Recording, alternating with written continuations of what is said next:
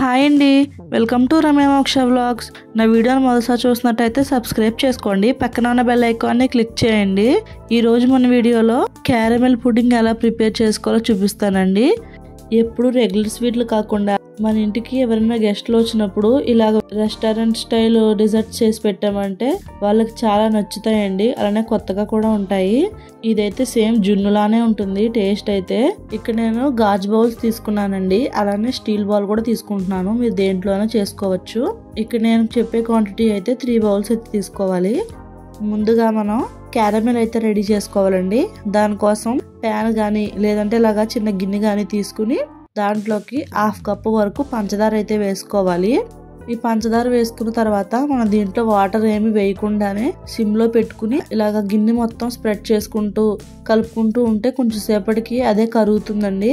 High flame లో కానీ పెట్టామంటే వెంటనే మాడిపోయి ఈ క్యారమెల్ అయితే చేదొస్తుంది. సిమ్ లోనే కలుపుకుంటూ ఉండాలి. పంచదార ఇలాగ కరుగుతూ ఉంటుంది. పంచదార దగ్గరకు పడుతుంది. మరి కొంచెం సేపటికి పంచదార బాగా కరుగుతుంది. అలా కలుపుకుంటూ ఉండండి. కొంచెం సేపటికి ఇలా క్యారమెల్ సాస్ లాగా అయితే అయిపోతుంది. ఈ స్టేజ్ లో స్టవ్ ఆఫ్ చేసేసుకోవాలి.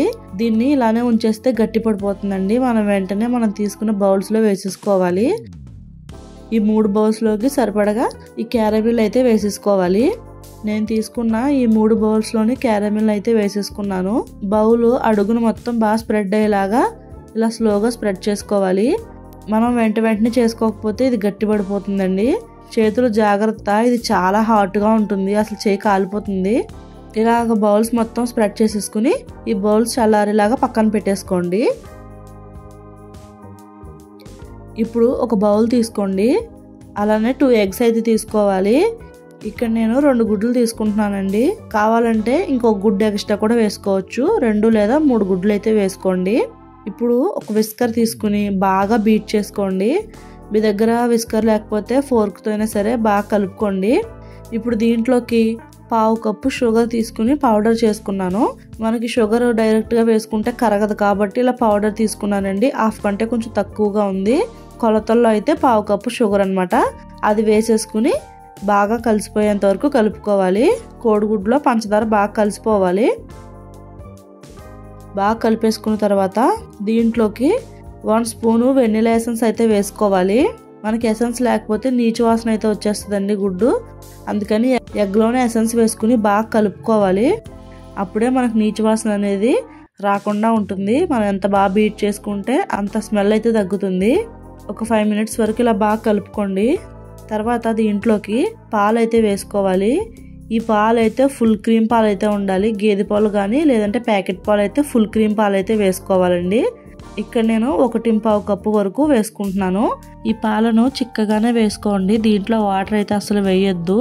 అంటే 1/2 లీటర్ పాలు అయితే తీసుకున్నాను నేను ఈ క్వాంటిటీకి. ఈ పాలు వేసాక మొత్తం అన్ని బాగా కలిసేలాగా కలుపుకోవాలి.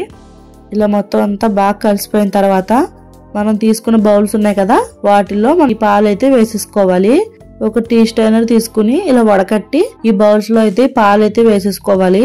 ఇక్కడ నేను తీసుకున్న క్వాంటిటీకి కప్పులు ఇంకా చిన్నగానే ఉన్నాయి. కొంచెం పెద్ద కప్పులు అయినా కూడా పర్వాలేదు. వెడల్పు ఎక్కువ లేకుండా కొంచెం పొడవు ఎక్కువగా ఉండే కప్పులు తీసుకుంటే మనకి పుడింగ్కి బాగా అయితే వస్తుంది. అలానే మనకి ఇలా స్ట్రెయిన్ చేసుకోవడం వల్ల దీంట్లో పంచదార గానీ లేదంటే ఇలా మేగడ తరకలు గానీ ఏమైనా మిగిలిపోతే అవి తీసేయచ్చు. ఇలా పుడింగ్ చేసినప్పుడు దాని ఫినిషింగ్ నీట్ గా రాకుండా ఉంటుందండి. ఇలా స్ట్రెయిన్ చేసుకోవడం వల్ల అవి బాగా వస్తుంది. ఇప్పుడు స్టవ్ ఆన్ చేసుకుని ఒక పెద్ద గిన్నె తీసుకోవాలి.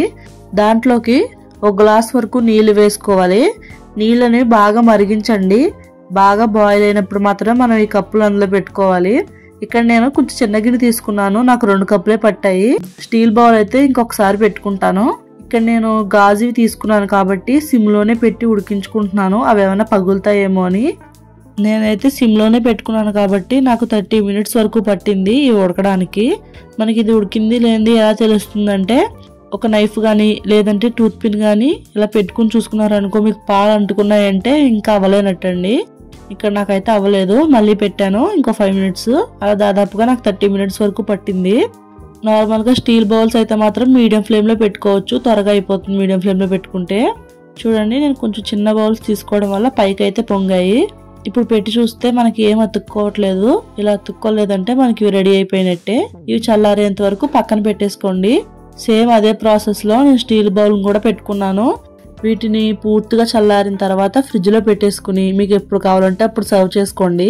ఫ్రిడ్జ్ లో పెట్టి తీసింది నాకు ఇలా అయితే వచ్చిందండి. నేను ఫ్రిడ్జ్ లో పెట్టకుండా చల్లారిన తర్వాతే మీకు ఇప్పుడు నేను చూపిస్తున్నాను ఎలా వచ్చిందని. ముందుగా ఒక నైఫ్ తోటి చుట్టూ ఇలా స్క్రేప్ చేసుకోండి.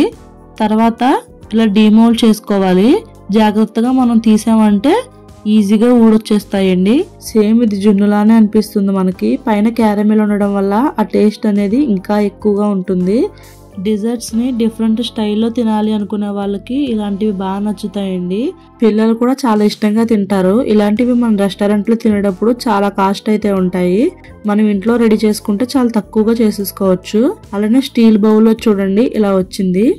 నా వీడియో కనుక మీకు నచ్చినట్టయితే లైక్ చేయండి, షేర్ చేయండి, కామెంట్ చేయండి, సబ్స్క్రైబ్ చేసుకోండి. బాయ్ అండి.